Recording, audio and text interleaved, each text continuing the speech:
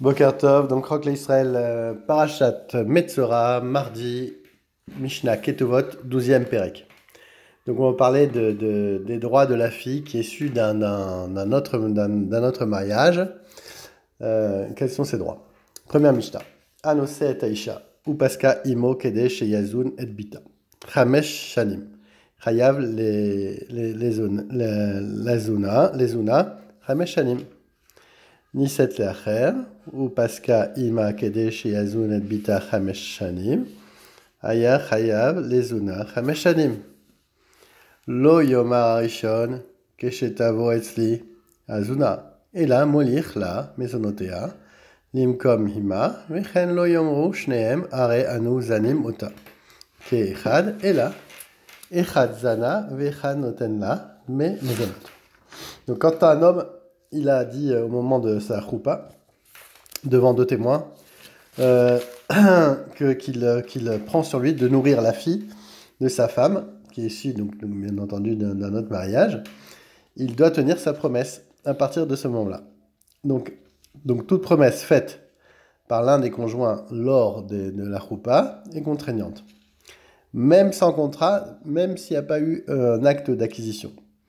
Il doit donc entretenir pendant 5 ans la fille de cette femme, même si, après avoir divorcé, cette dernière s'est remariée et a obtenu une promesse identique d'un autre mari. Donc cette femme qui avait une fille, elle s'est remariée après.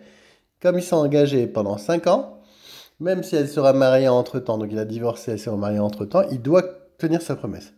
Dans ce cas, le premier ne peut pas dire à la fille, ne peut même pas dire à la fille, viens chercher ta nourriture chez moi.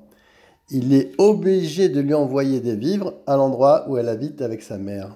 Donc même dans le deuxième mariage.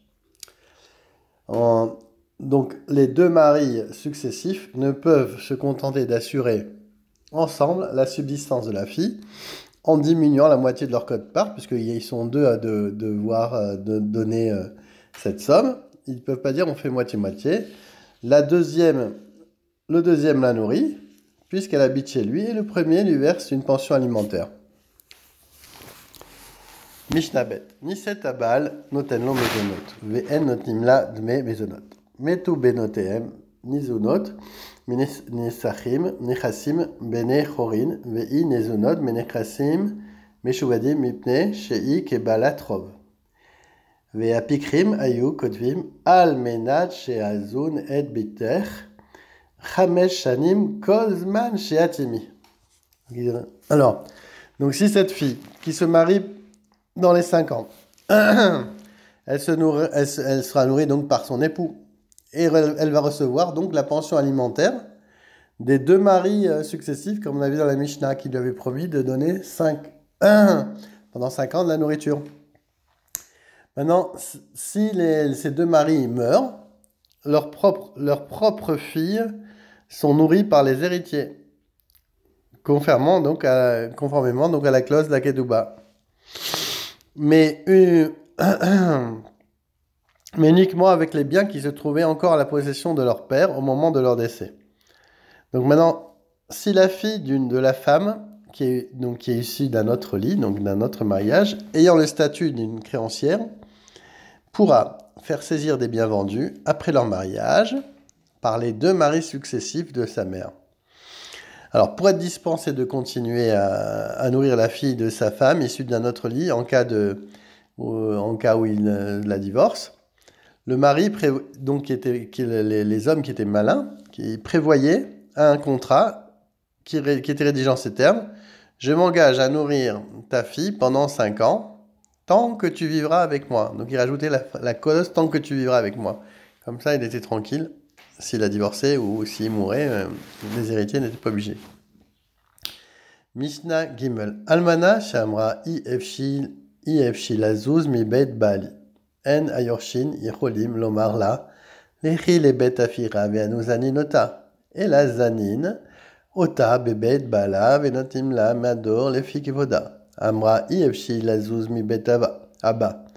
Yicholim ayoshim lomar la. Im at etzlenu, yesh lich mezonot, imen etzlenu, en lach mezonot, ve'imait Aïta toenet bipne shei yalda ve'ani eladim zaninota ve'i bebei tavia.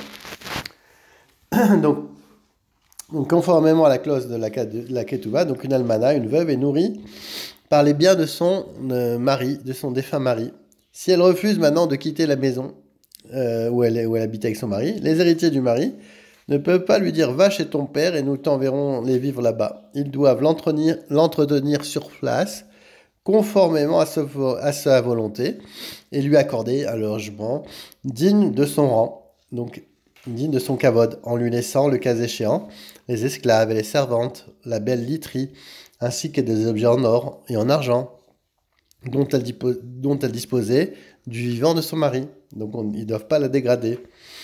Si la veuve demande au contraire, donc l'inverse, qu'elle veut être nourrie chez son père, les héritiers peuvent lui dire, ils ne peuvent pas peuvent lui dire, nous t'entretiendrons seulement si tu habites chez nous. Ta présence ici est importante, car la bénédiction est plus abondante sur une grande maisonnée.